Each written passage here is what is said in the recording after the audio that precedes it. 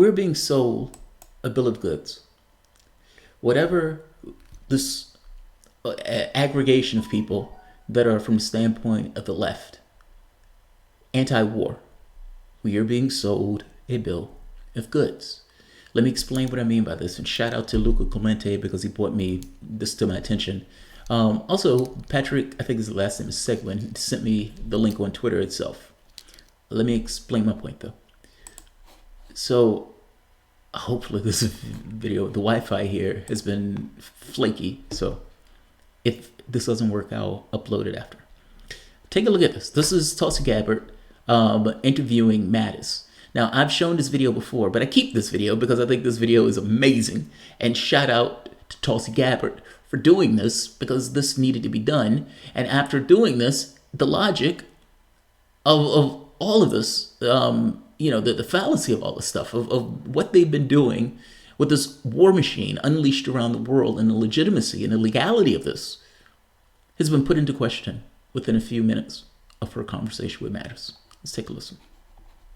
For your service. The president has indicated recently his intention to launch U.S. military attacks against Syria. Article 1 of the Constitution gives Congress the sole power to declare war. Congress has not done so against the Syrian government. Section 3 of the War Powers Resolution requires the president to consult with Congress before introducing U.S. armed forces into situations of hostilities. Section 2 of the War Powers Resolution clarifies the constitutional powers of the President as Commander-in-Chief in Article 2, which you referenced, Secretary Mattis, to introduce forces into hostilities only pursuant to 1, a declaration of war, 2, specific statutory authorization, or 3, a national emergency created by an attack upon the U.S., its territories, possessions, or armed forces. Syria has not declared war against the U.S. or threatened the U.S. The launch of 59 missiles against Syria by Trump last year was illegal and did not meet any of those criteria in the War Powers Resolution. The Consolidated Appropriations Act of 2018, which was signed into law by President Trump, states that none of the funds made available by this act may be used with respect to Syria in contravention of the War Powers Resolution, including for the introduction of U.S. armed military forces into hostilities in Syria. My question is, will the president uphold the Constitution, the War Powers Resolution, and comply with the law that he signed by obtaining authorization from Congress before launching U.S. military attacks against Syria? Congresswoman, we have not yet made any decision to launch military attacks into Syria. I think that when you look back at President Obama sending the U.S. troops into Syria, at the time he did, he also had to deal with this type of situation because we were going after a named terrorist group that was not actually named in the AUMF that put them in. This is a complex area, I'll be the first to admit. It is simple, however, what the Constitution requires. It's not complex. It's not complicated. It's illegal. The word you're looking for that sticks in your throat that you can't get it out because it would impugn what you've been doing is illegal. It was unnamed. The authorization of military force for Iraq. What does Syria, Jordan, Yemen, what do all of these places have to do with Iraq? Nothing. Not one thing. We've been in one country after the next using this fig leaf of the authorization of military force to do it. What Tulsi Gabbard was getting there was, right, you've been doing things that have been gone beyond the Constitution itself. Illegality. The president behaving as a king, going into one country after the next to unleash drone strikes and all sorts of hell. Take a look at this. This is Bernie Sanders' bill. SJRES Resolution 54. This is supposed to be the bill that everyone was chest thumping about. I mean, there are a few people. This is Mint Press. Mint Press gave a good analysis of this. Amazing news, the Senate just voted 63-37 in support of a bill to end the U.S.-Saudi war on Yemen. Somebody else, this woman. We won! Yes! The Joy Behar moment. We won! We finally got one! The rebuke of Donald Trump, the rebuke of this military force in this kind of bloody war where they are murdering civilians, where tens of thousands of civilians have been murdered. Media, bit by bit, we will end this bloody war. If I'm not mistaken, she's the one for, what is it, pink, something pink, code pink. They probably didn't read the bill, though. They probably didn't read the bill. There's a lot of good stuff in this bill. Whereas Congress has not declared war with respect to or provided a specific statutory authorization for the conflict between military forces led by Saudi Arabia, including forces from United Arab Emirates, Bahrain, Kuwait, Egypt, Jordan, Morocco, Senegal, Sudan, the Saudi-led coalition against the Houthis, also known as the Ansar Allah, in the Republic of Yemen. And it goes on. Whereas in March, and it's making a point, whereas in Section of War Powers Resolution states that at any time the United States Armed Forces are engaged in hostilities outside the territory of the United States, its possessions and territories without a declaration of war or specific statutory authorization, such forces shall be removed by the President if Congress so directs.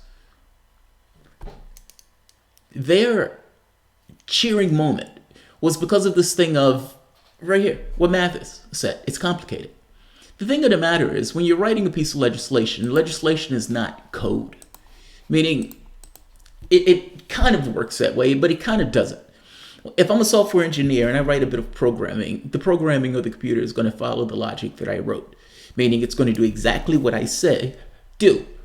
The catch is, for the computer, for legislation, there's interpretation. Meaning, the Obama administration can look at and say, I think the authorization of military force allows me to go into all these other countries. It doesn't say that at all. But he can use that as a fig leaf saying, this is my interpretation of it, especially if you have a Congress who's completely complicit and has handed over all notion of holding on to the purse strings. Here's the problem. All of the good stuff in that bill gets undermined in what? 3 lines. Congress hereby directs the President to remove the United States Armed Forces from hostilities or affecting the Republic of Yemen except United States Armed Forces engaged, right here, except we direct the President of the United States to get those forces out. Except, which means that what's going to come after that is a loophole. What's the loophole? How significant is the loophole? Except the United States Armed Forces engage in operations directed at Al-Qaeda or associated forces by not declaration of war or specific authorization for such, the United States Armed Forces has been enacted. Let me read that again. Operations directed at Al-Qaeda or associated forces by not later than the date that is 30 days after the date of the adoption of the joint resolution, unless the President requests and Congress authorizes that date, and unless and until the declaration of war or specific authorization for the President of Armed Forces is enacted. The problem with this is this: except United States Armed Forces engage in operations directed at Al-Qaeda or associated forces. What is the premise? The entire thing, our war, if you think about it, this war that we've taken all across the world has been against Al-Qaeda. And how difficult is it for Saudi Arabia to say, hey, we have some intelligence that there are some Al-Qaeda agents in this particular area. In fact, the entire premise of all of these wars have been based on this thing of Al-Qaeda being in particular areas, with the exception of the Al-Qaeda that we were backing in Idlib province because it was trying to take down the Saudi government. I'm making a point here that the entirety of that document, all of this, from the standpoint of the Senate, gets undermined by those words. The President of the United States can say, we have intelligence that says there's Al-Qaeda in this area. We already know. There was a leaked document that showed that it wasn't just logistics, that we had forces operating in those areas, military forces operating in those areas. The document was accidentally leaked. This is despite everybody saying we're not, we're just giving logistics and we're just giving air support. We also know that at this point, Saudi Arabia has capacity to do the inner fuelings that they were saying that they were trying to stop, because Donald Trump has already given them the planes. So Donald Trump doing a bit of kabuki theater of his own, of saying, hey, we're ceasing operations with Saudi Arabia. Yeah, you're ceasing operations with Saudi Arabia because you've given them the planes to do the things that they needed to do, those inner fuelings. But for this particular document, This annoyed the shit out of me. I I don't think I covered this story, but I did follow this. I was looking at this when this bill was passed, and I watched Cornel West give this thundering applause to Bernie Sanders for passing this bill, hand claps and everything else, saying, care for the Yemenis and everything else. And to be fair, no body of government wants to give over the reins of power. Meaning no body of government wants to create a situation where its hands are tied in regards to its operations. But then don't say that you're stopping the war in Yemen, because that is not what you're doing. You're not stopping the war in Yemen. In the same way that Mattis and Obama interpreted the authorization of military force as a fig leaf that allowed them to go gallivanting around the world, the next president, whoever that president is, even if that president is Donald Trump, could do the exact same thing with this particular document. It doesn't get the truth out of Yemen. This is a massive loophole that completely undermines the rest of the document. We're supposedly in Yemen fighting elements of Iran, but there's also Yemen elements or Al-Qaeda elements or affiliates that are supposedly in Yemen also, which would mean that even now, currently, we would still be able to, if Donald Trump signed this document himself, if he put his name on the document, he still would have been able to carry out the same operations with this idea of their affiliates. The catch is, and Luca brought this up, why? Why would they do this? Why the Kabuki Theater? At one point, you had a bunch of senators that refused to sign this document. You have a bunch of Democrats like Elizabeth Warren and Cory Booker, people who want these kind of presidential aspirations, who sign their name as signatories of the document. All of the Democrats essentially signed the document. I suspect they all signed the document because they realized the document was dead on arrival. They could still do whatever they wanted to do once they were in power. And this document in no way stops them, seeing as you can cry and scream, Al-Qaeda was there. We had to do something. Why? Why would they put this quote-unquote Kabuki Theater, as Mint Press called it? I suspect that part of this has to do with trying to attack Trump. When Jamal Khashoggi was killed, it was a brutal, vicious killing, but the brutal, vicious killing in no way, or you can make a point that says that brutal, vicious killing was visited upon tens of thousands of people in Yemen. The reports on the number of people that have died are in the hundreds of thousands at this point. Now, I don't necessarily know the number of people that starved to death or that died of cholera, but these numbers are staggering. Your kid dying to death. Yeah, Jamal Khashoggi was bad, but I would imagine your kid dying to death has a certain amount of pain associated. Also, this was visited on hundreds of thousands of people. None of them cared. None of them cared. This war was being prosecuted for years under Obama. Nobody cared. But now, their morality kicks in. Oh, we're angry that Jamal Khashoggi was brutally murdered in this way. And we're furious that they've been killing and slaughtering Yemenis. Hey, thank you. Welcome to the party that you're now supposedly concerned about all these people being murdered and killed. The point is, they're using this as a pivot only to attack Donald Trump. Jamal Khashoggi being killed, and with Trump being so closely associated with MBS, this is an easy pivot. Khashoggi's death is an easy thing for people to see take place. And in something being an easy thing for them to see take place, it's easy to associate Donald Trump with him, seeing as Donald Trump had been hugging him like nobody's business. For them, they can use this for two things.